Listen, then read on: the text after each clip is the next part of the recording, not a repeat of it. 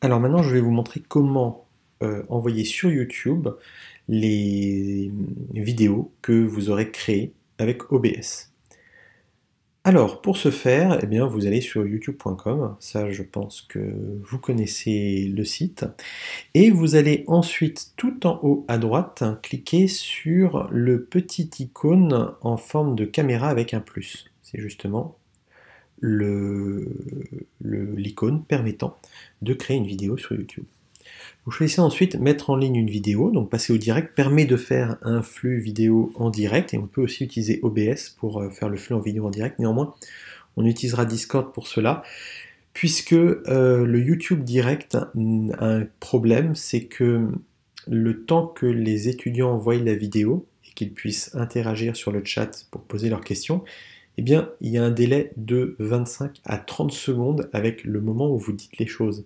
Ça veut dire que quand vous dites quelque chose et que les étudiants le voient et posent une question, eh bien, vous ne la recevez que 30 secondes plus tard, et donc il y a toujours un décalage entre vraiment le cours et les questions. Donc ce n'est pas l'idéal pour faire un direct, bien que c'est tout de même très pratique. Donc ici, on clique sur mettre en ligne une vidéo. Ça nous amène sur YouTube Studio et on peut aller envoyer une vidéo. Alors, je vais faire sélectionner un fichier et je vais justement en profiter pour envoyer la première vidéo que j'avais fait sur le début de l'enregistrement. Donc la toute première vidéo sur comment télécharger et la prise en main de OBS. Donc cette vidéo, bon, ce n'est pas la peine de la renommer, on pourra la renommer après dans YouTube. Je l'ouvre et elle s'envoie sur YouTube. Alors le titre, je vais le changer, donc par exemple je vais le nommer utilisation d'OBS pour enregistrer des cours et sur YouTube. Part 1. Très bien. Une petite description. Comment utiliser le logiciel OBS pour enregistrer des cours vidéo pour les diffuser ensuite sur YouTube. Voilà.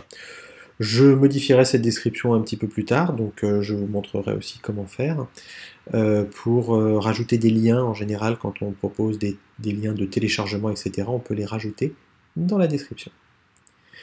Ensuite ici, je peux la rajouter dans une playlist. Alors je vous conseille de faire des playlists sur votre chaîne YouTube si vous commencez à avoir beaucoup de vidéos de différents cours, histoire que tout soit bien organisé. N'hésitez pas à créer des playlists. Donc ici, je fais nouvelle playlist. Voilà, et le titre, ce sera Sup Galilée tutoriel enseignant. La visibilité, vous pouvez la rendre publique si vous ne souhaitez qu'elle ne soit vue que par tout le monde, donc qu'elle soit même référencée. Privée, si vous souhaitez la rendre privée, mais je crois que dans ce cas-là, il faut donner les adresses mail des personnes qui pourront y accéder. Je crois que le plus simple, c'est non répertorié, pour dire que n'importe qui avec le lien que vous diffuserez pourra voir la vidéo. Donc, normalement, vos vidéos de cours peuvent être publiques, je pense qu'il n'y a pas de souci, enfin après c'est vous qui choisissez. Non répertorié, vous aurez donc un lien que vous pourrez mettre ensuite sur le NT, les étudiants en cliquant sur ce lien iront sur YouTube et pourront voir votre vidéo. Là je vais mettre justement cette vidéo qui est juste un tutoriel destiné aux enseignants dans non répertorié, je fais créer.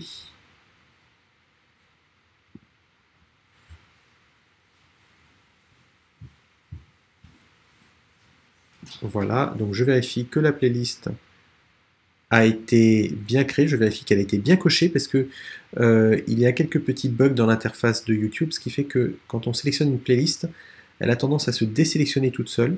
Donc vérifiez ensuite qu'elle est bien mise ici. Voilà, donc SubGalilée. Vous avez la playlist qui est non répertoriée.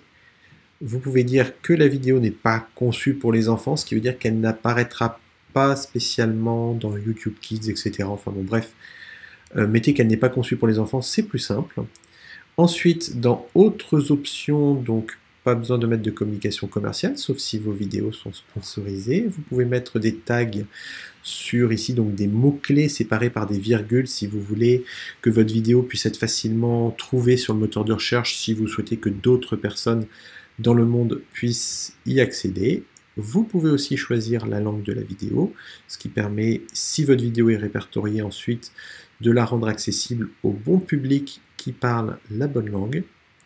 La date et le lieu d'enregistrement si vous le souhaitez, donc aujourd'hui. Le lieu du tournage, bien, on va mettre Université Paris 13.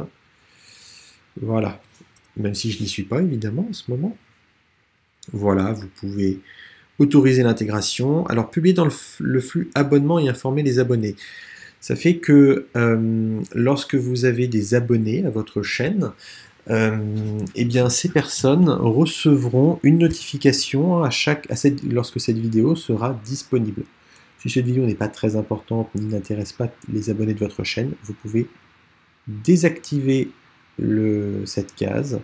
Voilà, autoriser l'intégration, c'est que quelqu'un peut prendre votre vidéo ou vous-même et l'intégrer dans une autre page, etc. La catégorie, vous pouvez choisir éducation. Vous pouvez désactiver les commentaires ou les autoriser, comme ça les étudiants peuvent poser leurs questions. Vous pouvez décider d'afficher ou pas le nombre de spectateurs qui ont cliqué sur j'aime ou je n'aime pas sur cette vidéo. Bref, là, moins intéressant. Voilà. Donc, ici, on peut rajouter un écran de fin ou quoi que ce soit, c'est pas très utile. On fait suivant. Donc là, ça va être la visibilité non pas de la playlist, mais cette fois-ci de la vidéo. Donc là, c'est vraiment important. Effectivement, on va rendre la vidéo ici privée. Vous pouvez rendre la vidéo donc, non répertoriée. Voilà. Vous pouvez la rendre publique pour que tout le monde voit la vidéo. Donc c'est pareil que pour les playlists. Non répertoriée pour que seuls les gens qui ont le lien puissent voir la vidéo. Ou privée pour que seules les personnes dont vous aurez spécifié l'adresse email et qui ont déjà un compte YouTube puissent voir la vidéo. Ensuite, ah oui, alors petit détail que j'ai oublié de spécifier, il vous faut forcément créer un compte sur YouTube pour pouvoir envoyer des vidéos sur YouTube. Donc il va vous falloir créer un compte sur YouTube. Vous pouvez choisir de programmer l'heure à laquelle la vidéo sera disponible, ce n'est pas très utile. L'intérêt, c'est si vous partez en vacances, que vous ne respectez pas le confinement actuel, et que vous voulez faire croire que vous êtes toujours chez vous en train de faire des vidéos, eh bien vous pouvez programmer l'envoi de la vidéo pour que ça corresponde au moment précis où vous êtes parti, comme ça tout le monde croit que vous êtes chez vous en train de travailler.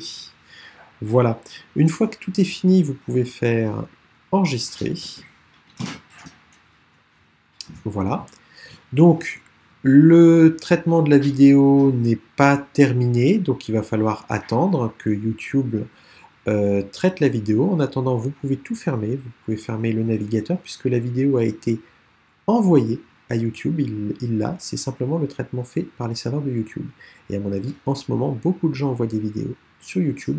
Donc les serveurs vont être un peu plus longs qu'habituellement pour traiter les vidéos et les mettre à disposition. Voilà.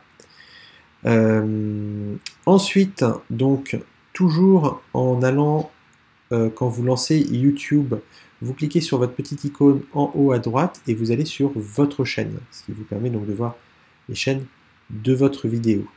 Si vous voulez éditer une vidéo particulière, donc vous cliquez ici sur vidéo, vous choisissez la vidéo qui vous intéresse, donc là on ne voit pas encore la vidéo que l'on vient de faire. Néanmoins, ici, en cliquant sur une vidéo, ah non, pardon, je me trompe, c'est en allant dans YouTube Studio. En haut à droite, vous avez un bouton YouTube Studio. Voilà. Et dans YouTube Studio, à gauche, vous allez sur vidéo. En allant sur vidéo, vous voyez toutes vos vidéos. Donc ici, on voit la toute dernière vidéo, et en cliquant ici sur Détails, vous allez pouvoir modifier des éléments de votre vidéo, comme par exemple la description, etc. Savoir si elle est visible par qui, donc non répertorié, public, privé, etc. Bref, vous pourrez modifier tout ce que vous aviez déjà rentré comme information. Voilà, donc pour rappel, je le répète, c'est dans... Hop, il faut revenir quand vous êtes sur l'interface de YouTube. Vous cliquez sur votre petite icône en haut à droite, puis sur votre chaîne. Et puis vous cliquez ensuite sur YouTube Studio pour accéder à l'édition de vos vidéos. Voilà. Alors maintenant, dans la prochaine vidéo, je vais parler simplement du problème des micros. Je en parlerai très rapidement pour conclure cette série de vidéos sur OBS.